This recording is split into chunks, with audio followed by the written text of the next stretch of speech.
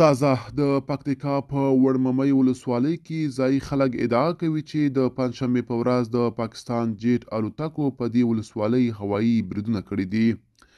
دوی ازادي راډیو ته وویل پاکستاني جیټ الوتکو سهار نږدې 10 بجې 2 ځل د وړممۍ او ګومل ولسوالیو ترمنځ پرته سیمه کې بمونه وغورځول چې د دوی د ادعا پر بنسټ مرګ ژوبله هم لري.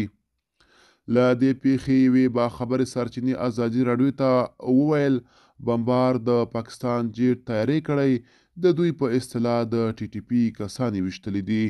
د پکتیکا په مرکز خرنه کې بیا یوې بلې سرچینې ازادي راډیو ته وویل له دې پیښې ځینې ټپیان د مرکز خرنې روغتون ته راوړل شوي دي. د وړممۍ ولسوالۍ یو بل اوسیدونکی هم د خپل غږ او نوم نه خپرېدو په شرط ازادي راډیو ته وویل په بریدونو کې ملکي وګړو ته زیان نه دی اوښتی. په همدې حال کې یو شمېر پاکستاني رسنیو د بریدونو خبر خپور کړی خو دوی ادعا کړې چې دا بریدونه د تحریک طالبان پاکستان په غړو شوي او مرګ ژوبله هم اړولې ده خو ډیر جزئیات نه دي ورکړي. د پاکستان حکومت او هم د طالبانو حکومت بیا د دې ادعاو په اړه رسمي څه نه دي ویلي. ازادي راډیو د طالبانو حکومت د ملي دفاع وزارت ویان عنایت الله خوارزمي په دې اړه وپوښت خو هغه پوښتنه ځواب نه کړه.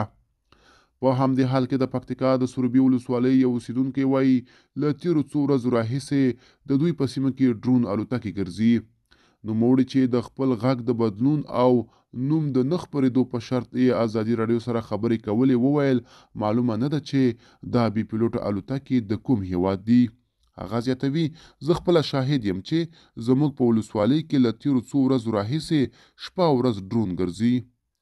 دا په داسې حال کې ده چې وړاندې د طالبانو حکومت د ملي دفاع وزارت سرپرست یعقوب مجاهد په ګډون بیلابیلو چارواکو تایید کړي چې د افغانستان فضا اشغال ده او د دوی د رئیس الوزرا سیاسي مرستیال مولوي کبیر ویلي و چې دوی داسې وسایل نه لري د افغانستان پر فضا د ګرځېدونکو ډرون الوتکو مخه پرې ونیسي.